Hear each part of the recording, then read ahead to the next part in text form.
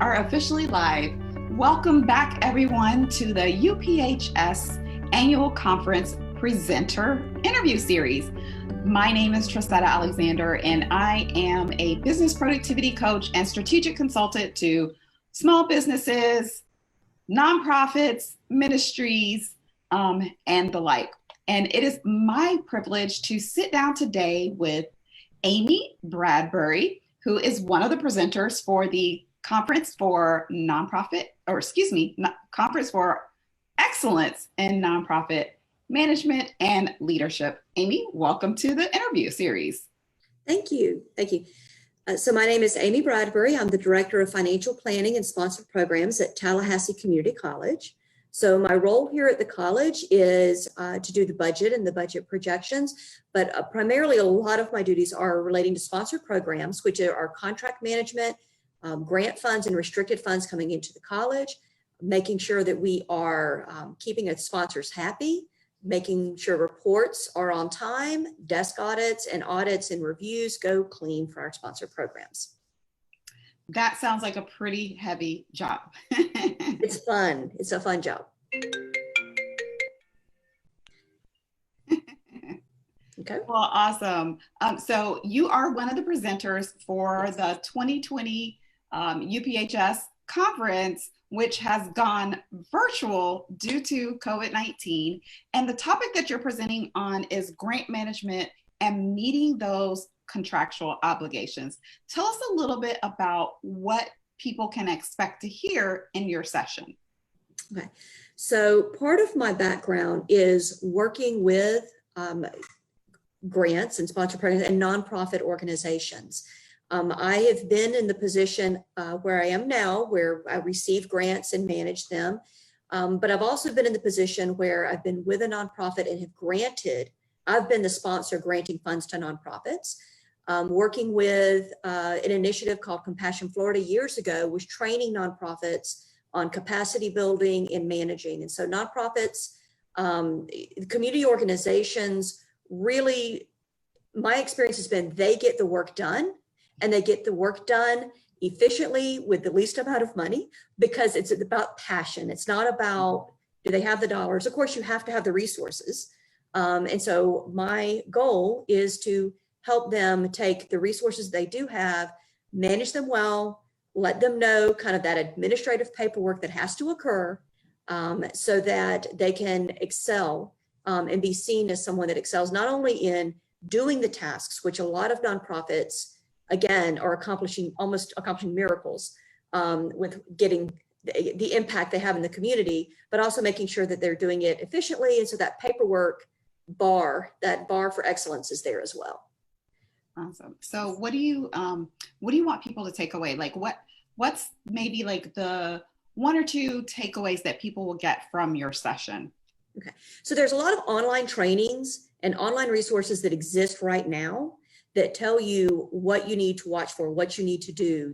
There's draft policies, there's draft position descriptions. There's so many resources that are out there. So one of the things I'm going to be doing is letting them know the various resources, the various locations, whether it's a grant under education, or if it's a grant for homelessness, or if it's a grant for supplying food. I mean, there's just a broad spectrum that nonprofits cover, right. You know, mental health counseling, y'all know.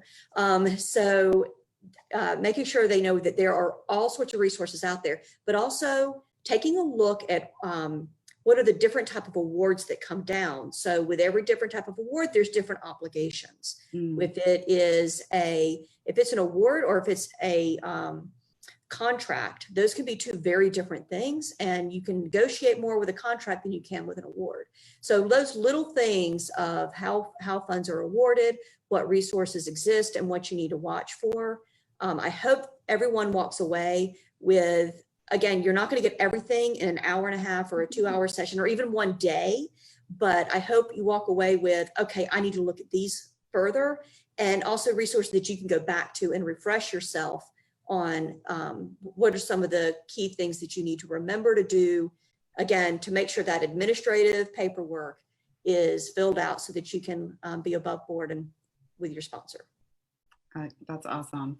So I'm gonna dig just a little bit deeper and say and Okay. ask you this question.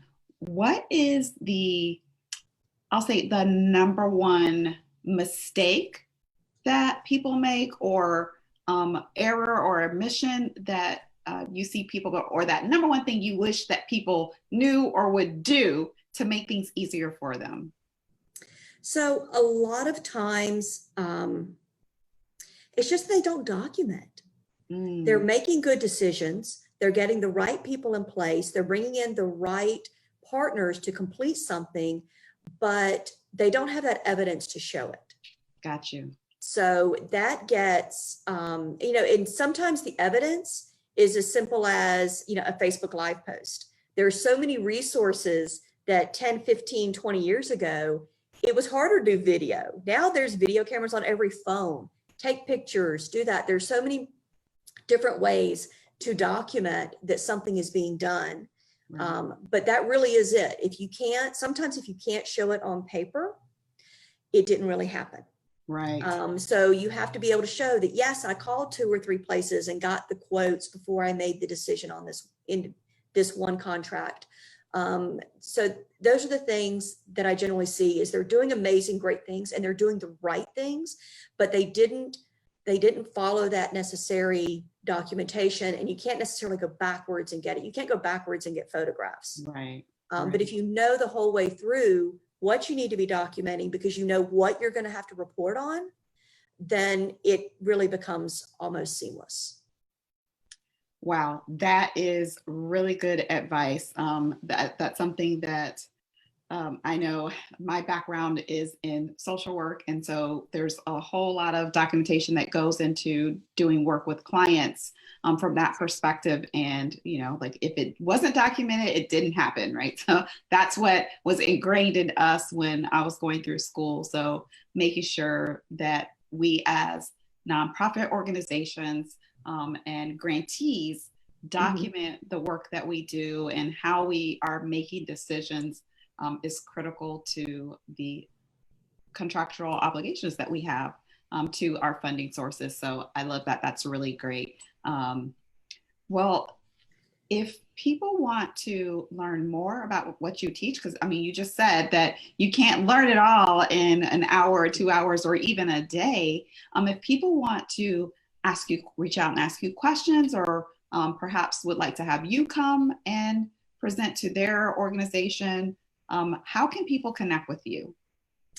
So I'm at Tallahassee Community College. You can look me up. So yeah, I'm assuming that presenters' contact information will be given at this conference.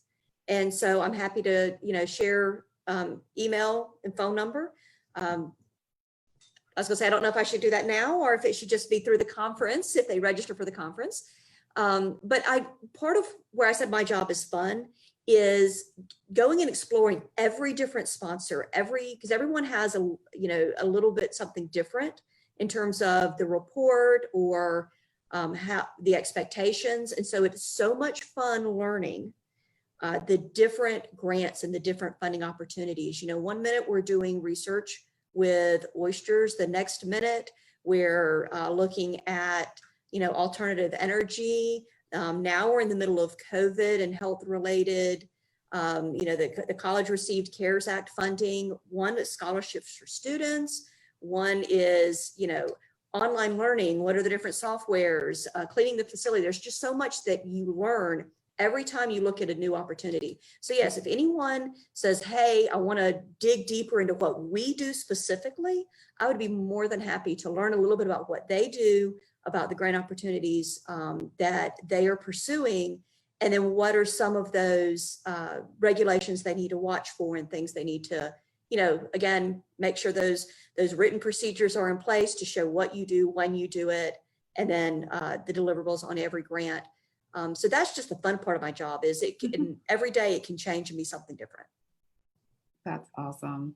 Well, thank you so much for joining me today, Amy. It's truly been a pleasure getting to meet you virtually and have a conversation with you. For those of you who have been watching the interview series and been enjoying the little snippets of the information that's going to be shared at the conference, but haven't quite pulled the trigger yet to sign up to be a participant, I want to encourage you to go ahead and head over to uphsfl.org, and that's where you can register for the conference. There's a link on the main page to get to the conference, or you can go directly to the conference event page, which is uphsfl.org/UPHS annual conference. I'll go back and add that into the post description, so you can just simply click the link.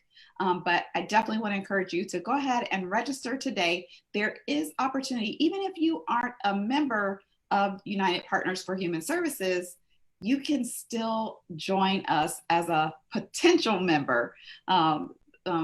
So go ahead, head on over there. You can find out all about the conference, who the other presenters are, as well as learn more about how you can become a member. Again, thank you, Amy, for joining me today. And I will see you all tomorrow, where I'll be interviewing Nyla Davis, who is another presenter for the annual conference. That's all for now, and I will see you then.